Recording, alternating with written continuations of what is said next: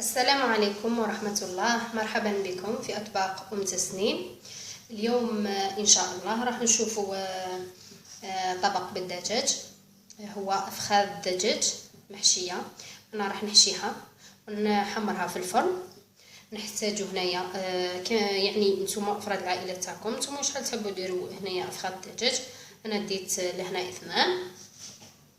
كنت ديجا غسلتهم نقيتهم شوطتهم وحكيتهم.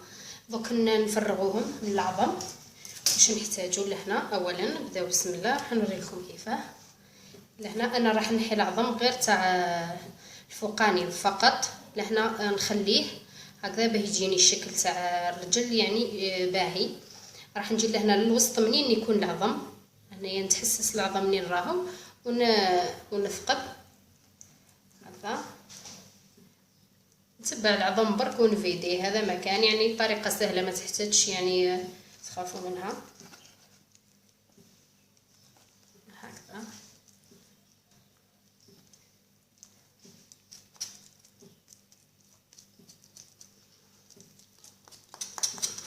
نتبع العظم هذاك برك ونبرش اللحم اللي فيه.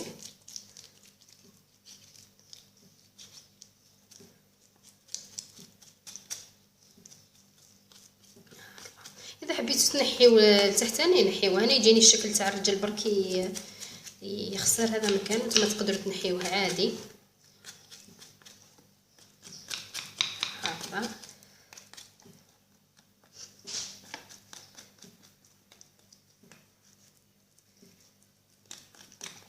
لهنا نكرازيه هكذا منين المفصل هذاك برك تحسوه ترتق خلاص ونحيوه هكذا.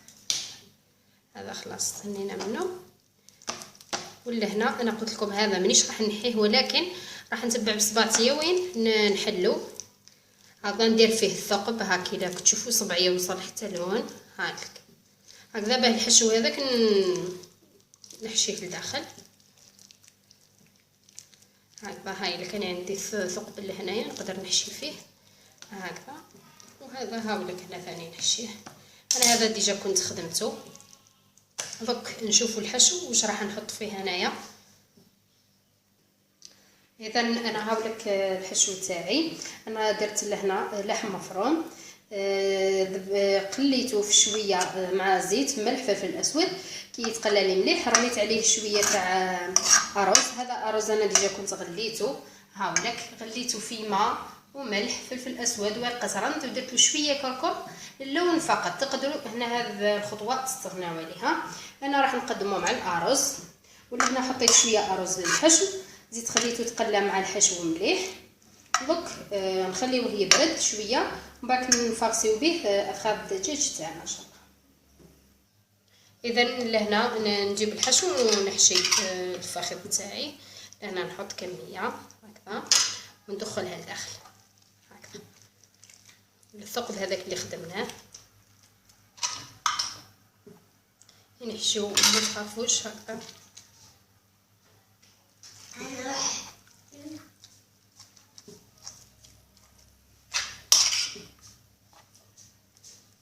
تلقاوه تشارجا يعني حبسوا كيما انا هنايا خلاص.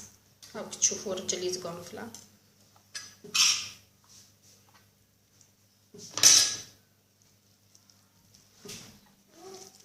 هذا الوجبات ملاح لرمضان. نزيد نحل فيه هذا شويه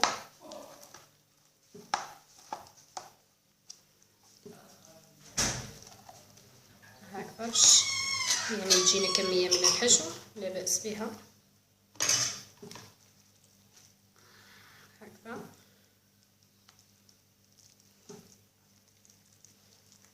هكذا نجيبو دوك خيط باه نشبحوه سواء خيط تاع المطبخ وعادي تاع الخياطه نورمال. انا عندي نورمال تاع الخياطه. كاين عده طرق باه نشبحوه.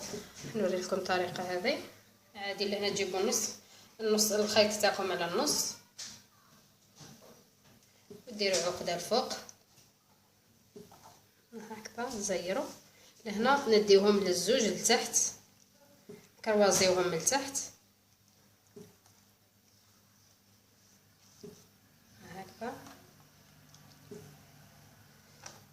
نعاودو نردوهم من الفوق هكذا، نضغطو حتى نكملو حتى لتحت.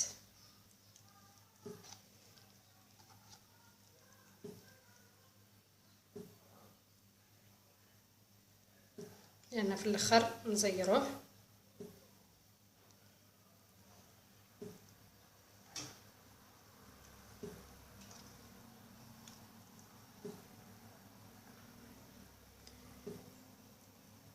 يعني اسمحوا لي الا طولت في هذه الخطوه هكذا، تشبهوا فقط. يعني دوك نشوفوا كيفاه نكملوا. لهنا راح نتبلوهم بالملح وفلفل اسود. هنا مادام حطينا الحشو من الداخل السما راح يطلق البنه تاعو من الداخل، ولكن من برا لازم نتبلوهم شويه.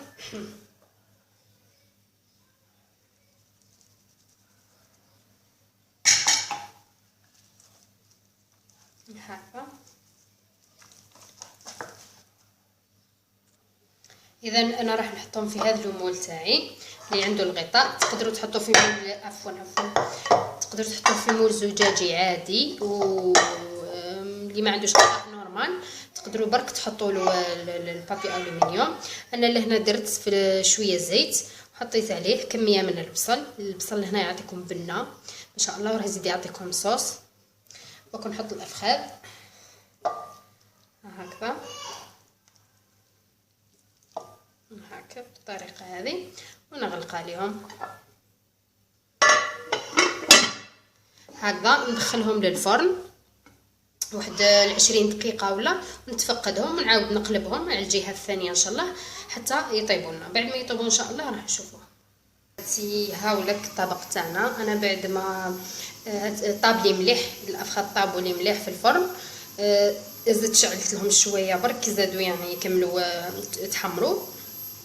ولهنا الارز هذاك اللي وريت لكم بعد كنت خدمته، لهنا زدت خلطت له شويه من اللحم المفروم اللي قعد لي من الحشو هكذا باه ما نرميو حتى حاجه. قدمته هكذا بالطريقه هذه. هنا يتبونسيال. هذه هي وصفتنا لنهار اليوم.